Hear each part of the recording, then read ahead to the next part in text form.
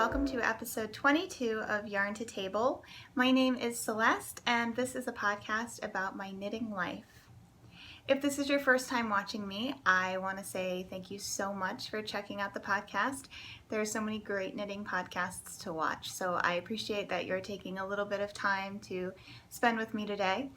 And I hope that you'll see something here that you like so that you can subscribe and join me every Monday to talk about yarn, knitting, and other fun things like that.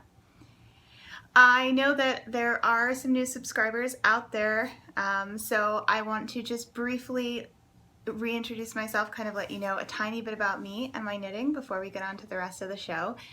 So as I said, my name is Celeste. I am coming to you from Cincinnati, Ohio. I live in the city here, in a neighborhood called North Side, which is one of my favorite places in the whole world. And I live here with my husband and our cat, August. And I work as a copywriter and content writer for an ad agency here in Cincinnati. I am also newly an MFA student. If you don't know, I found out recently that a lot of people don't know what that means. It stands for Masters of Fine Arts, and I am studying creative writing with a nonfiction focus. I got my undergrad in poetry.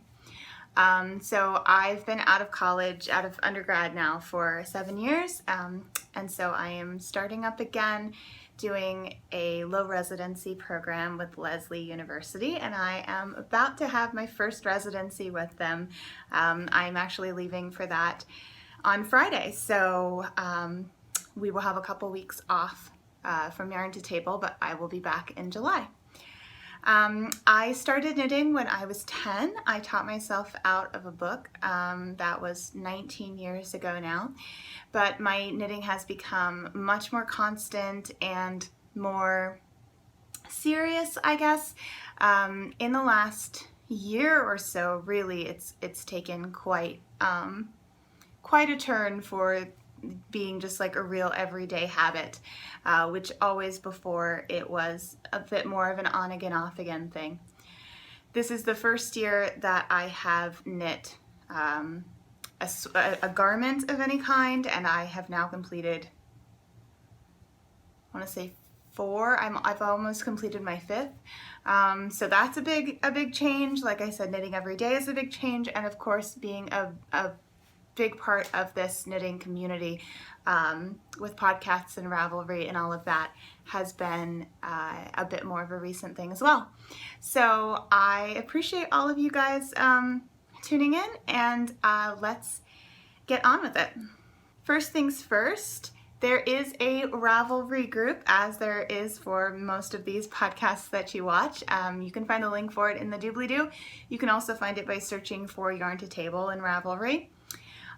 You will find show notes for every episode there, Ask Me Anything threads, chatter and finished objects threads for knit-alongs. That's also where any kind of giveaways will be. And you can find me on Ravelry as well as Instagram. I almost said Rinstigram. Ravelry and Instagram as Celeste Full. My Ravelry project pages are updated regularly, so you can find lots of detail there, and they all link out via the blog posts tab to different podcast episodes if you're interested in looking at a past episode to see more detail on a project that you find there. We do have 2 CALs going on at the moment. The first is the Great Unravel 2017, which I am co-hosting. I am co-hosting it with Caitlin of Wool Jewel and Taylor of Wool Needles Hands. And we have extended the deadline, so you do have until July 17th now to get your finished objects into that thread. There's been lots of really exciting stuff happening with that. You can check the show notes for the details and all the rules and everything, but the general idea is that you find a thrift store cardigan or some other kind of cardigan that you are not going to wear, and then you repurpose the yarn into something new. The other CAL that I have going on right now, I'm co-hosting with Anna of the Dunkelgrün podcast, and that is the Summer Garment CAL. And again, there are detailed rules for this in the show notes of every episode, as well as the chatter and finished object threads. at the Yarn to Table group and the Ducal Grown group, of course. And this will be running through the end of August, and you can have multiple finished objects for this thread for this knit along as well, which is greatly encouraged. So I don't have any tea today. I am drinking La Croix instead, as you saw in the intro. It's been quite warm around here, although at the moment, sleeveless and right next to the AC vent, I am not as comfortable as I could be, and I'm starting to get on the chilly side. Such is summer. Always either too hot or too cold. Anyway, if you don't know what La Croix is, I had someone ask me that on Ravelry actually yesterday, I think it was, yeah, it was yesterday. I had made a cocktail with rosé and rum and La Croix, and one of my European friends on Instagram, I think I just said Ravelry, I meant Instagram, whatever, asked what La Croix was, so I realized that maybe it's not as universally known as I had thought. It's an American flavored sparkling water. And some people out there are screaming at the screen, it's pronounced LaCroix. Yeah, I know that apparently it's named after like a town in Wisconsin or something that pronounces it LaCroix, but I'm not going to look at a French word that I know and be able to say LaCroix. It just, nope, I can't do that, sorry. So we call it La Croix in my household because we read the word and that is how it is pronounced in French. So anyway, I have one finished object to talk to you about, and if you are a regular watcher of the podcast, you will know that it's what I'm wearing. So this is my newly finished and blocked, actually I finished it about a week ago, but I haven't worn it because I wanted to wear it on the podcast. I actually finished it in time to wear if I had recorded last Sunday, but I didn't end up being able to do that. So this is my Ayla tank. It is my Great Unravel project, and it's also the first of my summer garment projects. I made this from yarn that was unraveled from a sweater that was white and then had black flowers painted on it. So I got kind of a speckled sock blank effect. That was the concept. This is a pattern by, I just had it in my head, Isabel Kramer. I had her name in my head because Andy of 10,000 Stitches is knitting an Isabel Kramer pattern right now, and I was like, why did that name sound familiar? Oh yeah, because I say it every week when I talk about this tank top. Anyway, this is a pattern from the Quince & Co book Sparrow 2016, which is a small ebook collecting a variety of really great patterns for their Sparrow yarn. So I'll stand up and give you a better look at this. You can also find project photos with more detail on Ravelry. Here's the lace panel at the bottom. There's a line of purl bumps going up the side to add a little bit more structure to it. And then other than that, it's just a pretty simple basic tank. I did pick up around the neckline and the sleeves, which you can see here in this white sort of chain, which helps it to lie flat. And it also helps to sort of hold it. Before I did that, it was kind of droopier, more stretched out, and with that it really gives a bit more structure to it. Now my initial concept with this was that I was going to try to do a bit of an ombre from the more heavily speckled down.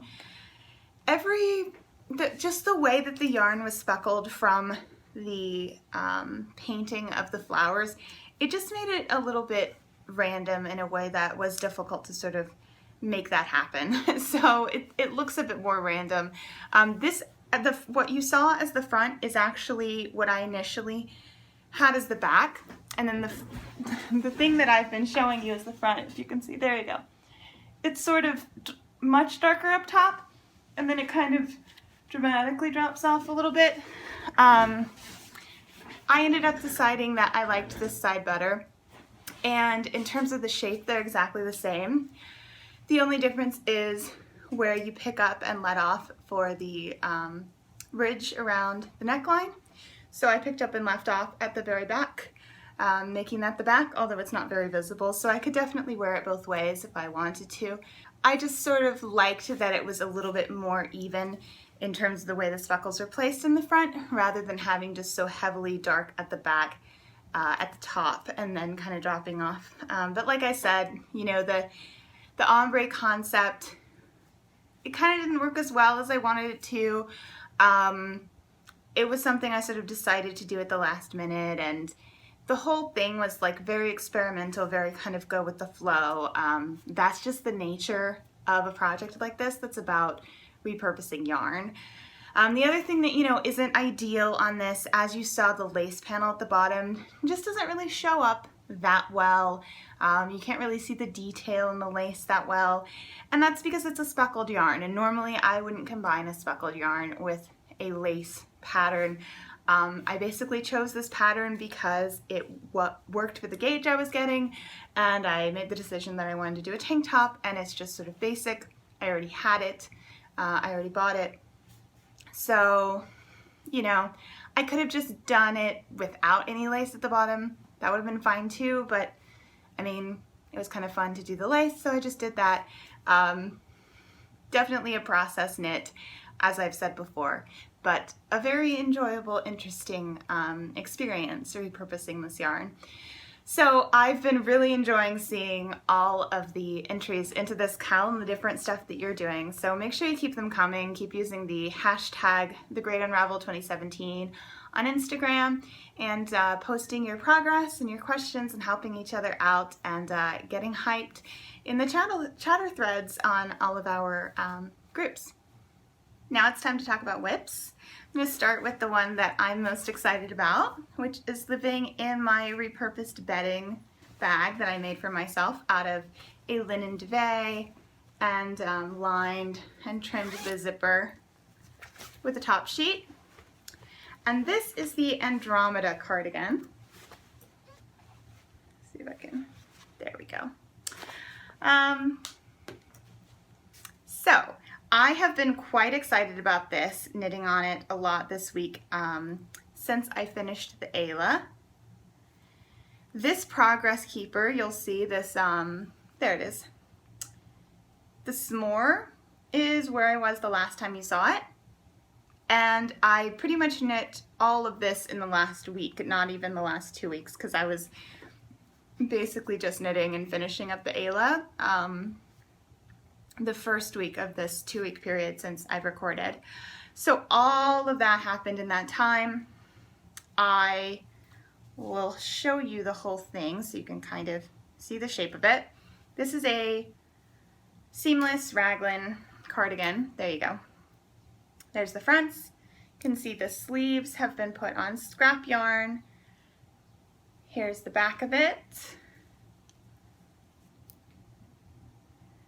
And as you can see, the progress from where the sleeves were taken off, I've got at least 2 inches there from the armpit. I actually have only about 60 more rows before I will be binding off and then doing the sleeves. So very excited about my progress with this. It's a really interesting pattern. It's very beautiful. As you can see, the front has these garter panels, almost like a lapel, and they sort of get larger and larger until they're very dramatically wide at the bottom, which I think is very beautiful. And it also helps to sort of add a little bit of something beyond vanilla knitting when you're in the body of the sweater. So this sweater has not gotten boring yet. I'm definitely in the place that would normally be the sort of black hole of knitting, right? But I have a lot of stuff going on. I have these increases, how do I show you this? Here we go. I have these increases where I'm widening those lapels. I have some side shaping. There's my Progress Keeper for that. And then in the back, I have these little little darts happening in the back that continue to help the shaping. These are new Progress Keepers, by the way, from Sucre Miniatures, a glazed donut and a powdered donut. And I'm using them as stitch markers because they fit, and I like that they're sort of symmetrical and cute. So yeah, I'm enjoying this blah blah blah. I'm enjoying this pattern, project, couldn't decide which one of those words I was going to use. Anyway, I'm enjoying it. It's nice that there are sort of things happening instead of just plain stockinette for a while, but there's not so much happening that it's, you know, it's really just like the perfect TV knit. And I have been knitting on it a lot and watching podcasts about knitting and Orange is the New Black and things like that. The yarn, if you haven't noticed yet how gorgeous it is, this incredible yarn is Hedgehog Fibers. Who else? It is on their Skinny Singles base, and it is the colorway Pine. I picked it up recently on eBay, fell in love with it. I told you here on the podcast about how it reminded me of my wedding, and I just keep thinking of this as like my wedding sweater, which is weird because I got married like 3.5 years ago. And I didn't wear any knitwear when I got married. And this just feels like connected to that in a weird way. I don't know how to explain it. But yeah, it's almost like it's another sort of souvenir or sort of symbolic thing. I feel like I'm knitting like good marriage memories into it or something because of the colorway. The Skinny Singles base is insanely soft. Now, I have not knit a garment with singles yarn before, and I know that it is prone to pilling. I know that some people do not recommend it for garments. So I suppose we will find out if I regret the choice or not. But, you know, cashmere is prone to pilling as well, and I'm not going to not wear cashmere sweaters. They're my favorite thing. So sometimes you just put up with a little bit of pilling for something that you love, and you get your de-piller out and you take the pills off. I don't know. I mean, I don't want this to just get worn down immediately, but I like that it's super soft with the singles base. So, you know, we'll find out. You gotta experiment.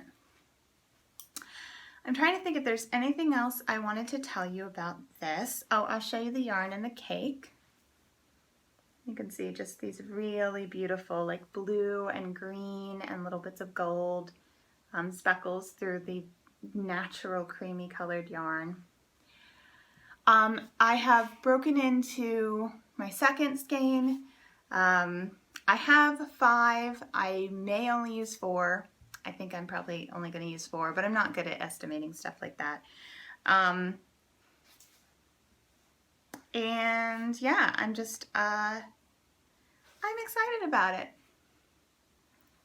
I've been very into cardigans lately. I'm usually drawn more to pullovers. I think it's because it's summertime and cardigans are a good thing to wear in the summertime. I've been definitely feeling cardigans lately, and I will talk more about that in stash enhancements. Something else about this cardigan. I had some issues with the yarn tangling a lot, and I don't know what had happened the night that I wound up the cakes.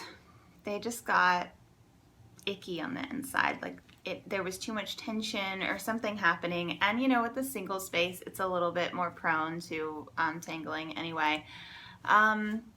So I had to go in and take, I think it was 3 of them. I ended up rewinding the cakes because it was really slowing me down to deal with those tangles, and it just wasn't any fun at all. So that's definitely helped me enjoy the project more and sped up my pace. And the other thing as well that has been helping me enjoy the process and knit faster is marking up the pattern, like I talked about before. I'm going to show you this again if you haven't seen it. So this was a tip I got from Tommy of Squirrel Pie Productions, who marks up her patterns and writes the row number of every row. So you can see, I mean, I'm not going to show you the whole pattern, but all of these pinks are where I have highlighted the number that corresponds to the size I'm making, and then you can see I've done stuff like here. It says repeat the last 8 rows 4 more times. So then I added where they are, showing which ones are just working 3 plain rows and which ones are doing that increase, stuff like that. And even though I made a mistake with it somewhere, so like here, it said to repeat an increase row 3 more times, and I accidentally wrote down the numbers for if it were 4 more times. So based on that, my numbers for the whole rest of the pattern were like wrong.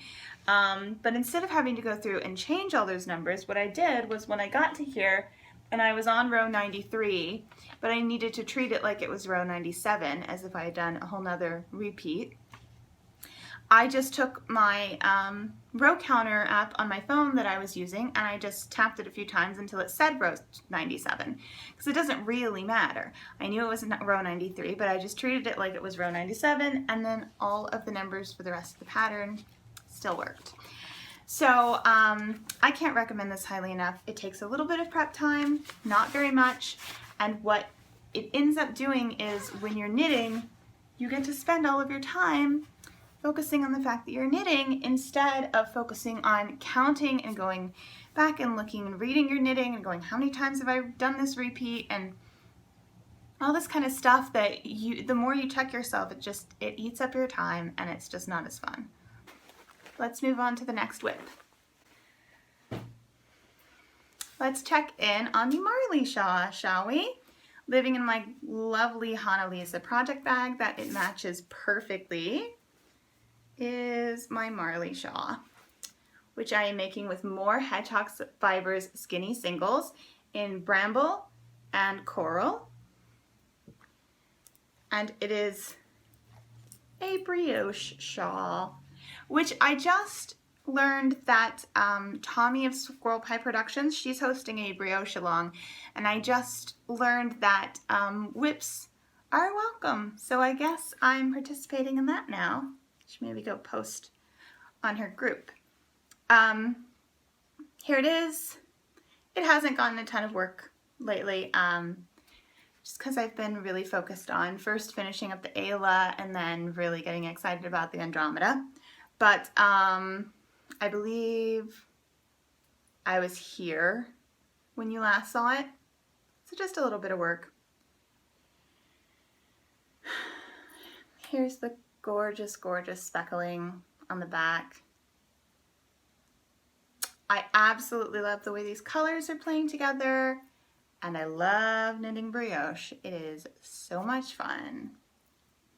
So much fun. So the shape this shawl is going to have, and if you haven't seen it before, the Marley is a brioche pattern by Andrea Mowry that is a really great pattern for beginning brioche. I would definitely recommend this as like your first brioche pattern. So this is going to be the sort of straight edge, and then the live stitches are creating what's going to be more of like a triangle, like a point in the middle, and it's going to be really, really big and squishy and wonderful. And of course it's insanely soft because it's on the skinny singles base, and very squishy because it's brioche, so it's just yummy all around.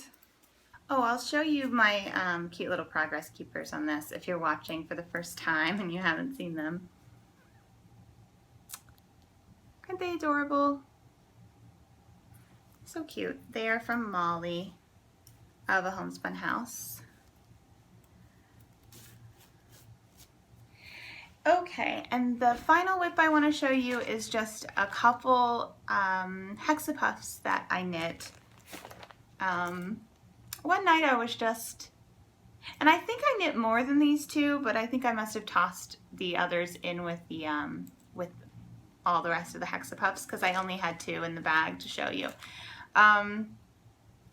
But I was just feeling doing something different. Obviously I wasn't going to cast on anything new because I'm very regimented with that kind of thing. But yeah, I kind of wanted something that felt new, and that is the perfect time to get out your Cozy Memories blanket or your hexapuffs and just do a little bit of something different without casting on something new. It really, really helps temper that cast-on-itis, for me at least.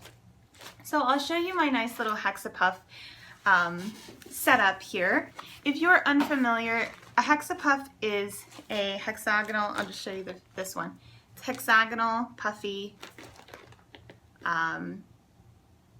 quilt piece, basically, that's knit in the round, and then you connect them all together by their corners, and they create this giant fluffy honeycomb quilt called the Beekeeper's Quilt. It is a pattern by Stephanie of Tiny Owl Knits, and I love it. They get filled with polyfill or wool if you want to use wool, a little bit of lavender optional, and they're just great. They're great fun. The way you make them is you start like a toe-up sock, increase, and then decrease, and then finish. I do mine slightly different than the pattern, so I actually use a Judy's Magic cast on and a Kitchener stitch in order to have a completely seamless beginning and end, which is different than how Stephanie writes it in the pattern. She does something that's a little bit like easier to memorize or whatever. And so this is my little setup so that I can kind of have more portability. So I have a large stash of all of the hexapuffs that I've done, and then I have this as something that I can grab and just take over to the couch where I'm gonna sit and make hexapuffs, or I could even take it with me on the go if I wanted to knit them on the go. Although I usually have a simpler project that I can do for that kind of thing.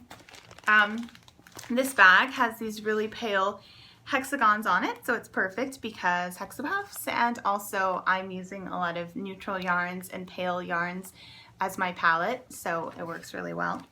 And then in here, oh, it's by Society 6, by the way. And then in here I have a Ziploc bag with polyfill. I have this little pouch which has all of my lavender in it. And it smells great too. And then I have a printed version of the pattern and my needle.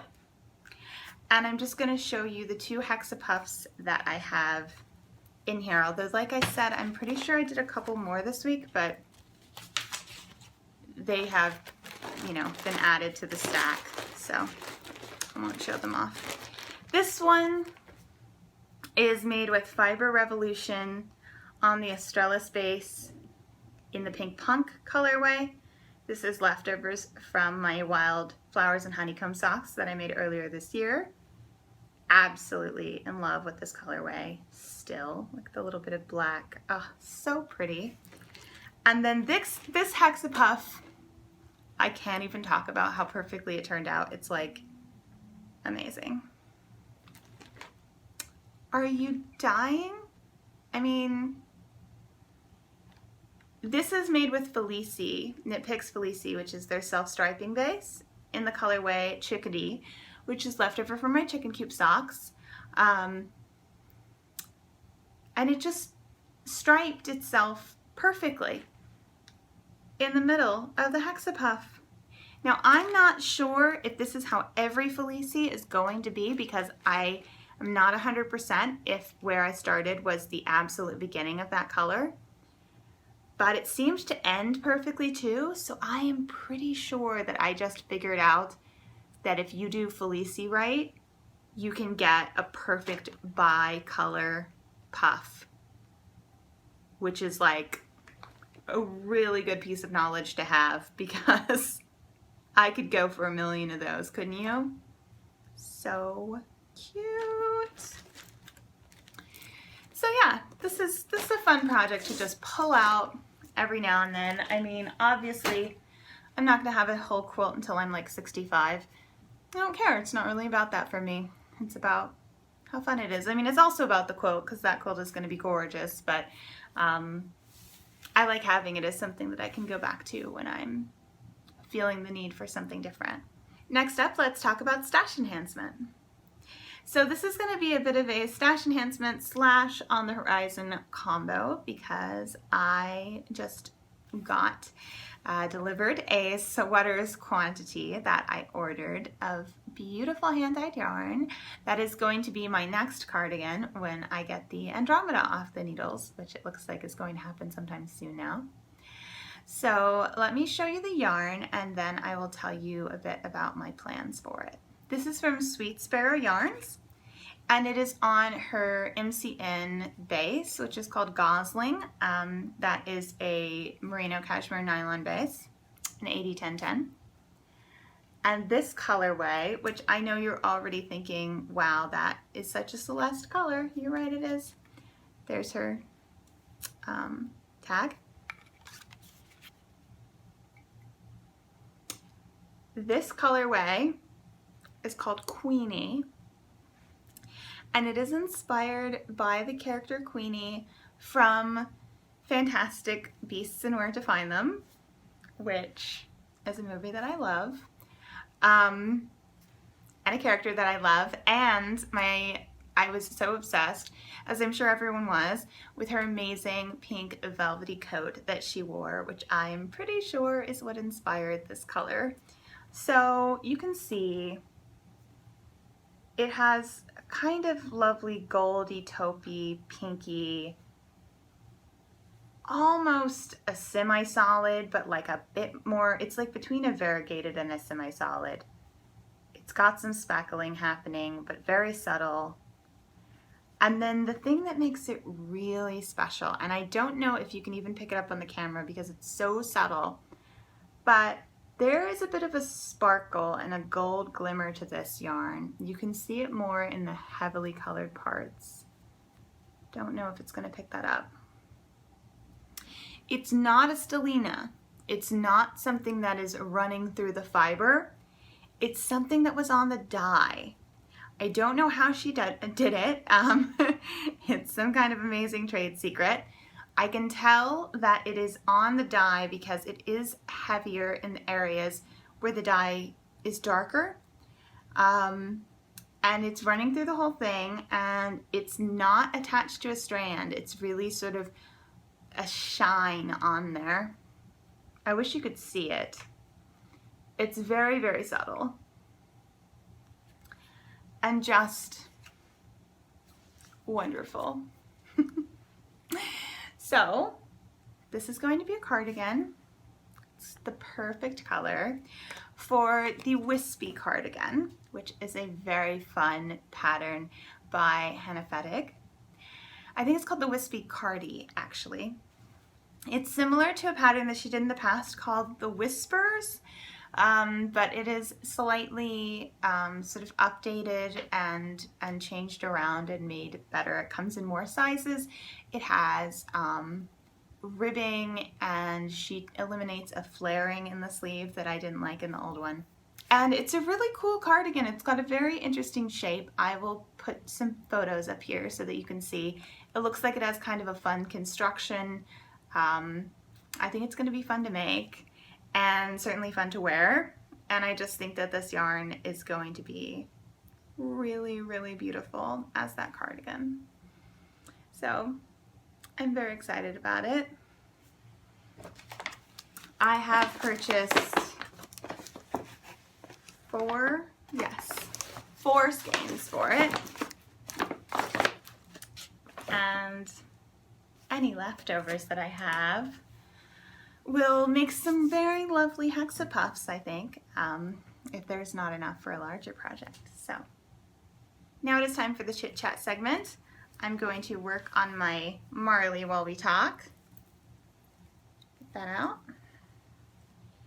If you are not going to stick around for chit chat, that's fine. Thank you for watching. Make sure you give me the thumbs up if you like the episode so that other people can find it, and subscribe if you want to see more. And otherwise, let's get into chit chat.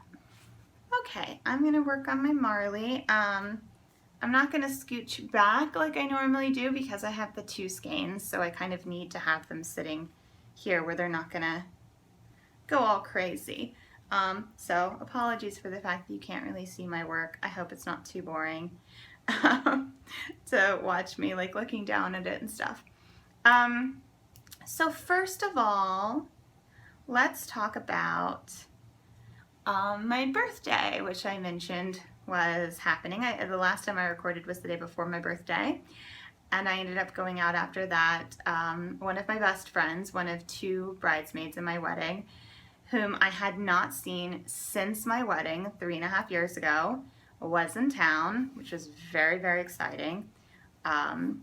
Her family is from somewhat nearby here, but she lives in LA, and she had not been back for a while. So we went out and had some dinner and just had like a really nice long evening sitting outside in the beautiful summer evening air and enjoying drinks and dinner and just having a really great long catch up. So that was wonderful. And then the next day, which was my actual birthday, I had brunch with my parents and my husband down by the river at one of my favorite restaurants. And then we went and we sat in a sort of like porch swing thing they have on the riverbanks in downtown. And then my husband and I spent the rest of the day together, just having like a nice sort of spontaneous downtown day where we went and we saw a show that was part of the Fringe Festival, which is our sort of local artist kind of cutting edge theater sort of project thing. You probably have a Fringe Festival where you're from. You might be familiar with it. We saw a show, we had a lovely dinner, we went to a museum-ish thing that we have. It's a museum hotel, and just had like a really nice evening. So we could walk around the hotel with cocktails and look at all of the art, and it was really nice.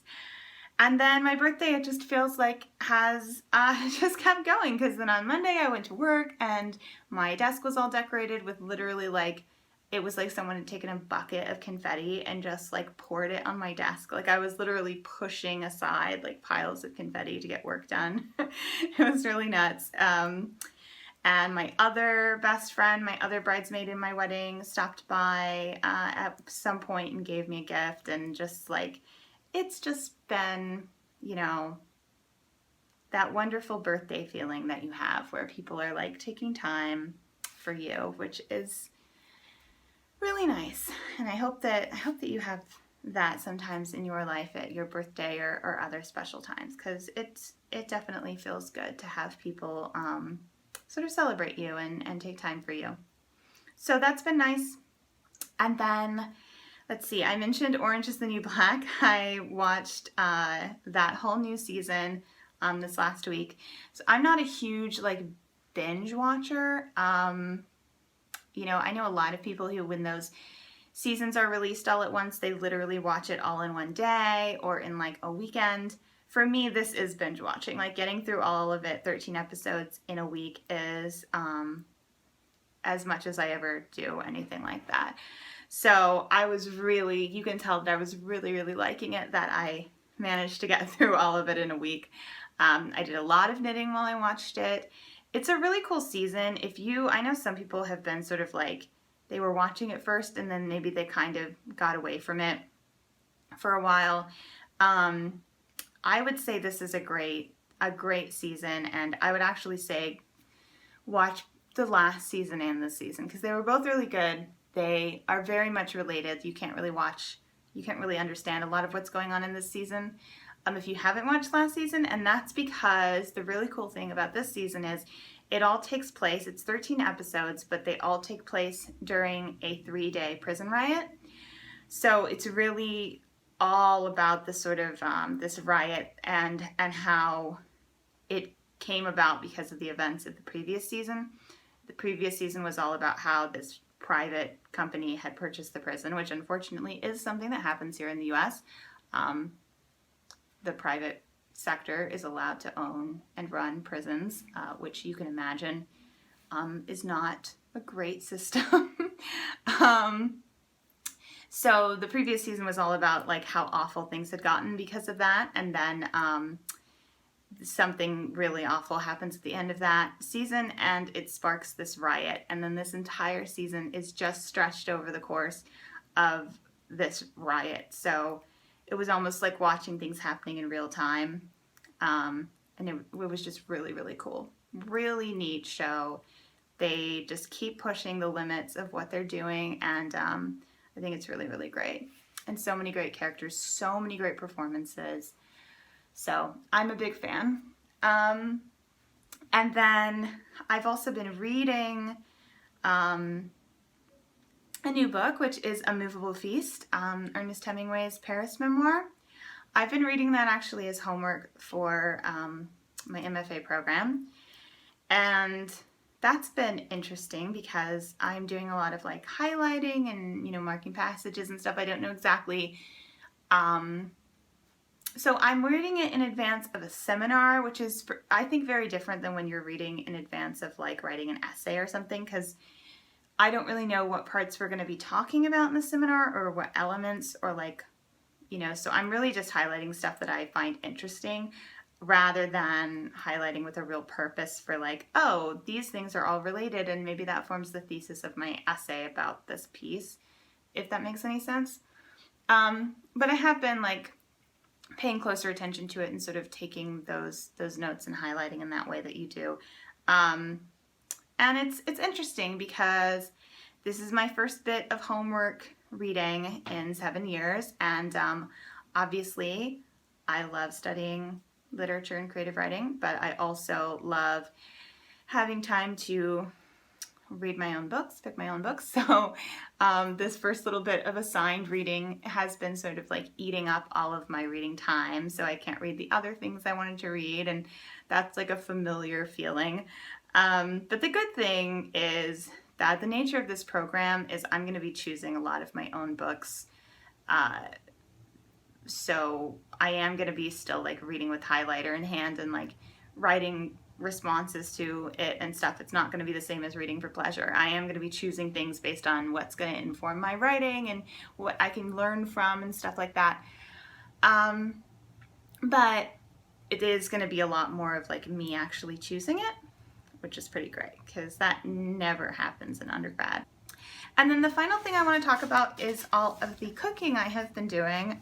This weekend has been a lot of like big cooking projects, I guess. So what I've done, yesterday I boiled a whole chicken and made like a chicken broth and like a chicken soup basically. So I took, all these like vegetables and herbs and various things, and I put them in the pot with the chicken and boiled everything, and then sort of picked the meat off the bones and drained the broth separate from all of the big chunks of things, and added those back together into these big quart-sized mason jars. And the whole concept is that it will be chicken soup, like old-fashioned chicken soup. So I've wanted to do this for a while. I don't know if I've mentioned before, but I was a vegetarian for 17 years. So even though I'm a big into cooking, I don't have as much experience or knowledge about cooking meat.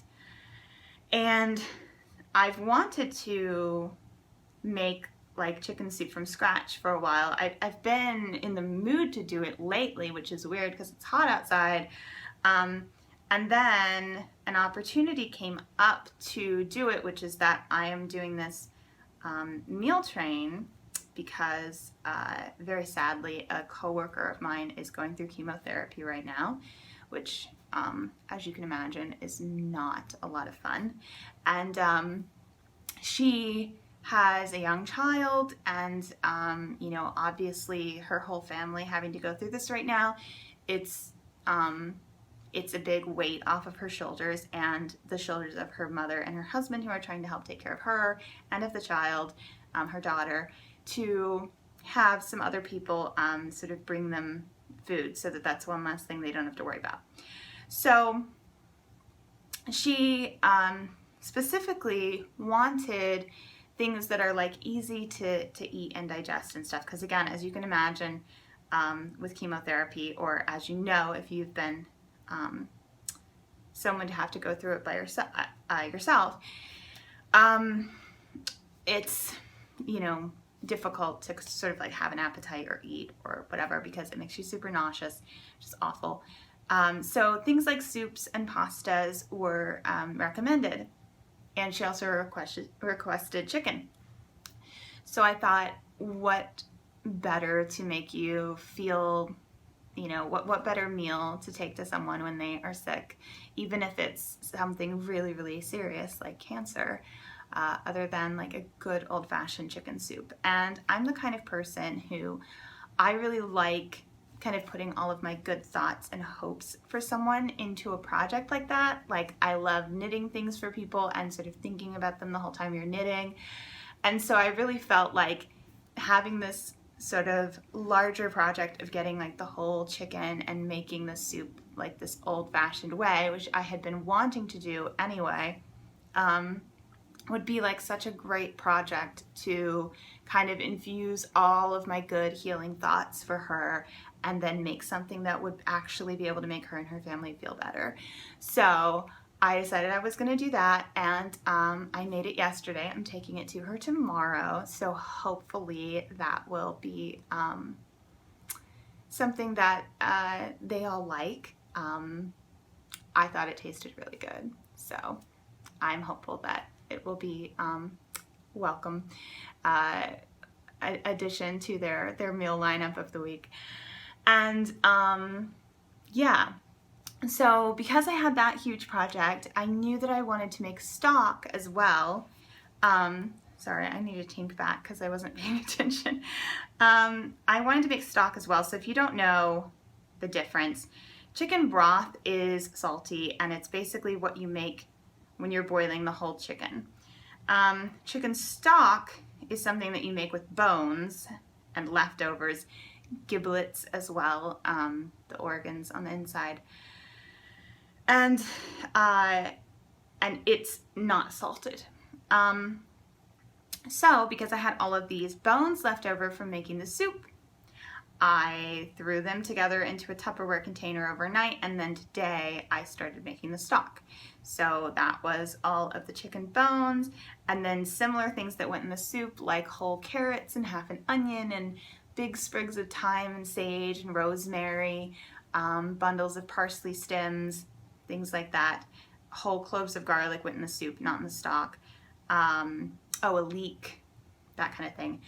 So I threw all of that in a pan, and that simmers for like 3 hours. It's a like a low simmer, long process to just infuse all of that goodness into the water, making it stock. And I also made a pot of beans at the same time. So yesterday when I was doing the soup, I put the dried beans to soak. So this again is a new thing that I'm trying out, is making dried beans instead of just like canned beans. And what you do is you let them soak overnight, and then much like the stock, you actually have them cook at this low simmer for like 3 hours. So I did the stock and the beans today. Again, much like with the chicken soup and the chicken stock, there was a lot of throwing, fun things in there to help flavor them. So I actually made this little packet tied up in the corners of a cheesecloth with leftover Parmesan rind and, again, carrots and celery and leek, like I had used for the other things, herbs, bay leaves, that kind of thing.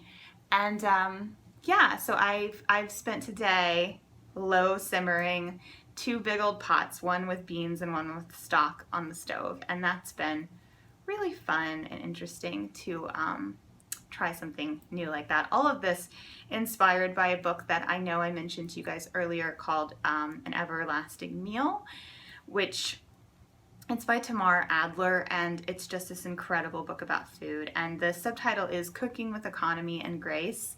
So I kept saying that to my husband when he would come in, and he was like, "What are you doing?" And, like I would make I had boiled eggs, and then I used like the leftover water to boil carrots, and then I'm taking like half a leek and putting it in the chicken and the other half in the beans and this whole kind of thing. And I kept saying, I'm cooking with economy and grace because all of these ideas and sort of skills and things are newly inspired by and informed by that wonderful, wonderful book.